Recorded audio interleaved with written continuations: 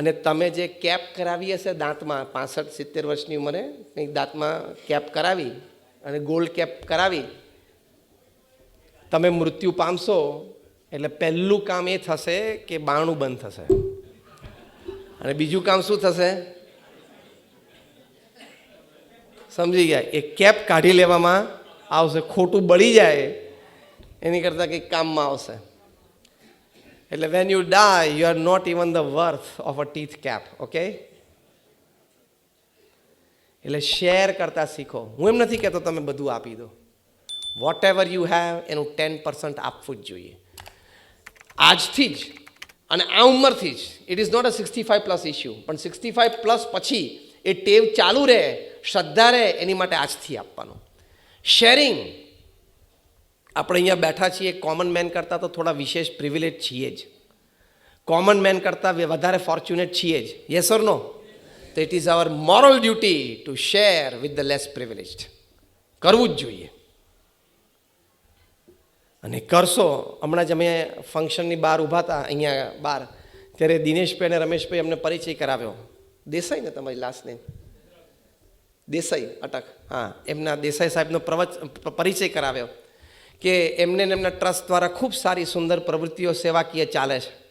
ત્યારે અમને બહુ નિર્માણી ભાવે કીધું કે ના ના, અમે તો કંઈ કરતા નથી. ત્યારે દિનેશભાઈ એવું કીધું કે તમે, હું ખોટું નથી બોલતો, સંતોની સાનિધ્યમાં મને એમ પણ નહીં, કોઈ દિવસ ખોટું નથી બોલતો, પણ અમારા બધા માટે અહીંયા કોલકાતામાં પ્રેરણા કે કેવી રીતે come forward and help the society એ તમે છો, એવી દિનેશભાઈએ વાત કરી હતી.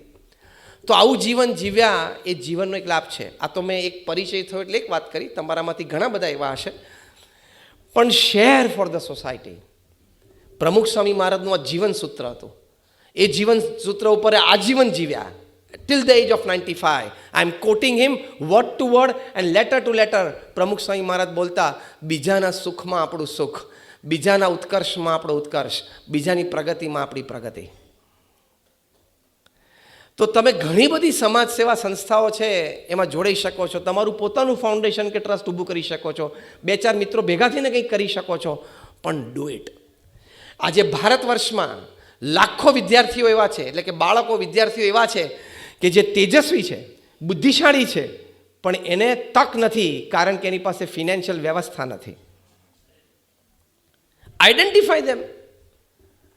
આ તો મેં તમને એક રસ્તો શીખવાડ્યો. આવા ઘણા બધા સમાજ સેવાના રસ્તા છે. તો 65 વર્ષની ઉંમર પછી sharing should be your principal મોટો. અને મેં કહ્યું એમ વધારે નહીં, મિનિમમ કેટલું? 10% ઓફ વોટ યુ હેવ.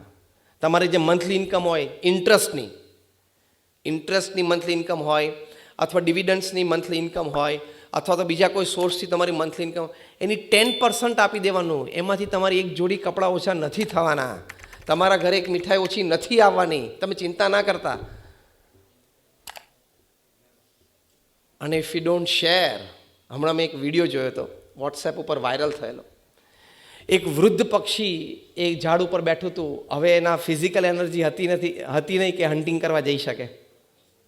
એ તમે લોકો એ વિડીયો જોયો હશે કદાચ ઘણાએ. એ હન્ટિંગ કરવા જઈ શકે, ફૂડ લેવા જઈ શકે એવી એની ક્ષમતા નહોતી, કારણ કે એકદમ ઓલ્ડ એજ, ફીબલ, વીક હતું. એક નાની સ્પેરો એણે ઓળખ્યું કે આ પક્ષી ભૂખે મરે છે, વૃદ્ધ છે.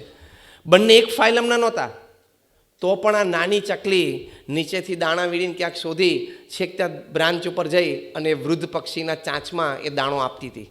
આ વિડીયો કદાચ તમે જોઈ હશે. આ નેચરલ, બહુ સારી રીતે નેશનલ જ્યોગ્રાફીની આ વિડીયો છે. એક પક્ષી જેવા, એટલે ચકલી જેવા પક્ષીના મનમાં પણ એમ છે કે હું કોકની સેવા કરું. તો આપણે તો મનુષ્ય છીએ, આપણામાં તો એ ભાવના હોવી જોઈએ ને કે કંઈક સેવા કરું.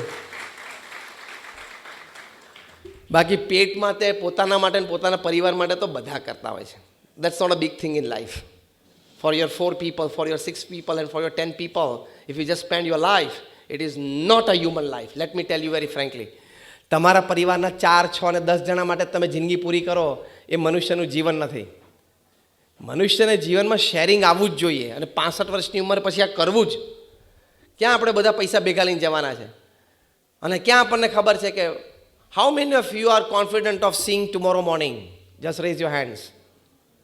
કાલ સવારે તમારી આંખ ખુલશે એ તમને વિશ્વાસ હોય, આંગળી ઊંચી કરો. ચલો, કોઈને વિશ્વાસ નથી ને? હા કે ના? Second thing I ask you, હવે ધ્યાનથી સાંભળજો. 65 વર્ષની ઉંમર પછી કયા કયા વિચારો રાખવાને વિચારો હું શીખવાડું છું. 65 વર્ષની ઉંમર પછી કયા કયા વિચાર રાખવાને વિચાર શીખવાડું છું. અત્યારે ભગવાન તમને એમ કહે કે યુ હેવ 1 મિનિટ. ભગવાન તમને એમ કે તારી પાસે હવે 1 મિનિટ છે, જે કરવું હોય તે કરી લે. તો શું કરો તમે? હું તમને 10-15 સેકન્ડ વિચારવા માટે આપું છું. પછી કારણ કે પછી તમારી પાસે 40 જ સેકન્ડ રહેશે. ભગવાન તમને એમ કે તમારી પાસે હવે પૃથ્વી ઉપર 1 મિનિટ છે, 60 સેકન્ડ. તો તમે શું કરશો?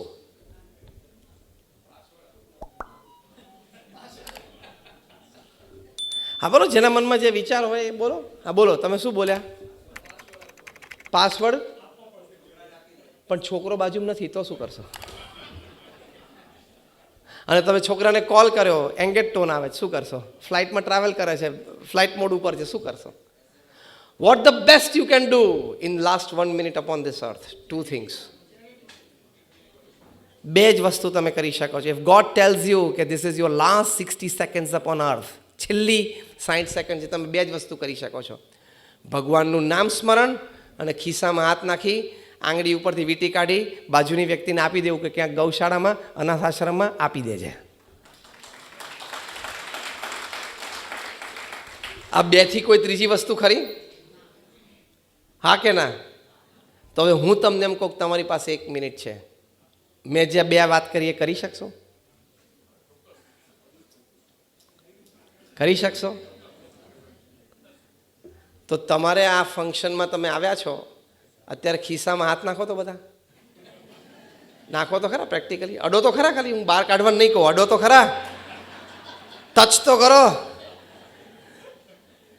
એ જે હોય ને એમાંથી 10% પણ આવી એક સારી પ્રવૃત્તિમાં આજે આપીને જજો, તો આ ફાઉન્ડેશનના ફંક્શનમાં તમે આવ્યા કહેવાય.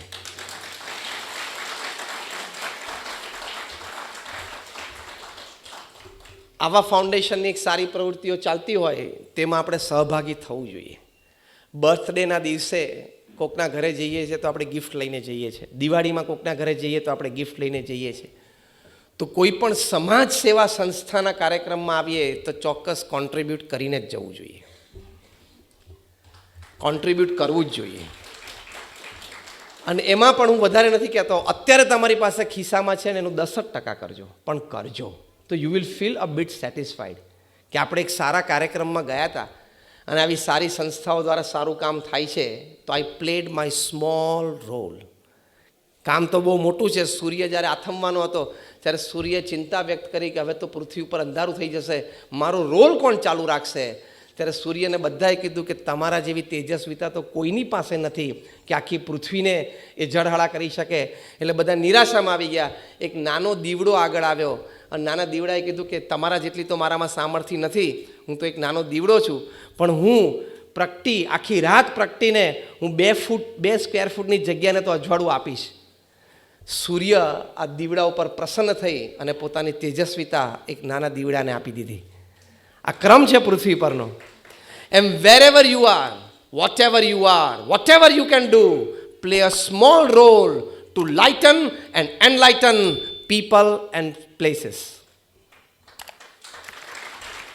આપણે જ્યાં હોઈએ ત્યાં જે કરી શકીએ છીએ, પણ આપણી આજુબાજુની જગ્યા, કારણ કે સિદ્ધાંત રાખવાનો કે before I leave this world, 65 વર્ષની ઉંમર પછી આ વિચાર રાખવાનો કે હું પૃથ્વી છોડું એ પહેલાં મેં આ પૃથ્વીને જેવી પામી હતી એના કરતાં કંઈક સારી બનાવીને હું છોડું છું. એટલું તો દરેક નાગરિકનું કર્તવ્ય છે અને જવાબદારી છે.